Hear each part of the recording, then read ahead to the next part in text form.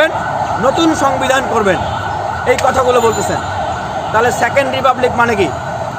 আপনি যেভাবে নিজেকে দেশের মালিক মনে করতেছেন, মাস্টার মাইন্ড, তাহলে কি সেকেন্ড রিপাবলিক মানে আপনি কি সেকেন্ড রিপাবলিকে শেখ মুজিব জুনিয়র হইতে চান? নতুন সংবিধানে কি লেখা হবে যে এই ছাত্র অমুক অমুক অমুক তারা মাস্টার মাইন্ড, তারাই এই নতুন বাংলাদেশের মালিক? নতুন সংবিধানে কি আপনারা এগুলো লিখতে চান? আপনাদের আচার আচরণ কথাবার্তা শুনে তো এই মনে হচ্ছে। এগুলোই তো আমরা দেখতেছি। আপনারা বললেন যে অরাজনৈতিক বৈষম্য বিরোধী ছাত্র আন্দোলন, বললেন যে সংস্কার কমিশন, ছাত্র প্রতিনিধি সব অরাজনৈতিক, উপদেষ্টা অরাজনৈতিক, পরে আপনারা তাদেরকে নিয়ে রাজনৈতিক দল গঠন করলেন। এটা তো রাজনৈতিক কু। আপনারা রাজনৈতিক কু করে আপনারা ক্ষমতায় যাইতে চাচ্ছেন। তাহলে আপনারা যখন সেকেন্ড রিপাবলিকের কথা বলেন, রিপাবলিক তো একটা আছে না ভাই? আমরা ৭১ মহান মুক্তিযুদ্ধ করে একটা রিপাবলিক পাইছি না? সেই রিপাবলিকটাকেই আমরা আরও শক্তিশালী করব। আপনারা সংবিধান একদম বাদ দিয়ে আপনারা নতুন সংবিধান চান, গণপরিষদ নির্বাচন করে। বাংলাদেশে কি আর একটা মুক্তিযুদ্ধ হয়েছে? আপনারা কি ৫৬ বছরকে বাদ দিয়ে দিতে চাচ্ছেন? বাদ দিয়ে কি আপনারা বাংলাদেশের কি শেখ মুজিব জুনিয়র, জিয়াউর রহমান জুনিয়র হতে চান? নতুন সংবিধানের কি এগুলা লেখা থাকবে? আপনাদের অ্যাটিচিউড তো তাই। সুতরাং আপনাদের অবস্থান মানুষের কাছে পরিষ্কার না। আপনাদের অবস্থান ক্লিয়ার করেন।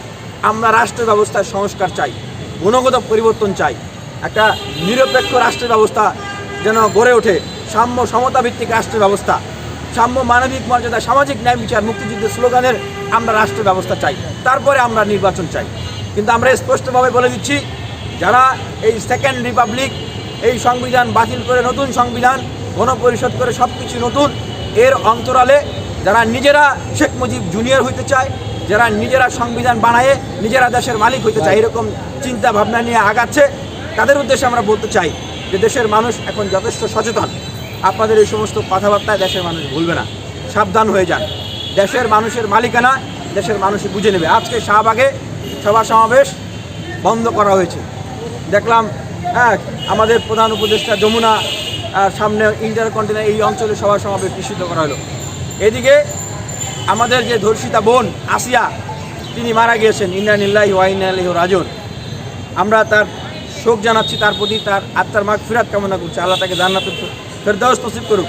আমরা ঘোষণা দিচ্ছি যে এই ধর্ষণের বিচারের দাবিতে এবং আওয়ামী লীগ ফ্যাসিবাদের নিষিদ্ধের দাবিতে আমাদের যে কর্মসূচি এগুলো চলবে। আর আমাদের বোন এই আসিয়ার জন্য শাহবাগে আমরা গায়েবী জানাজা আমরা পড়ব, সেটা ৪টা থেকে। এবং সমগ্র বাংলাদেশে আমরা সকল প্রতিবাদী ছাত্র জনতার প্রতি আহ্বান জানাবো, আপনারা প্রতিবাদী গায়েবী জানাজা পড়বেন। আর কেন এখানে ১৪৪ দ্বারা জারি করা হলো? যখন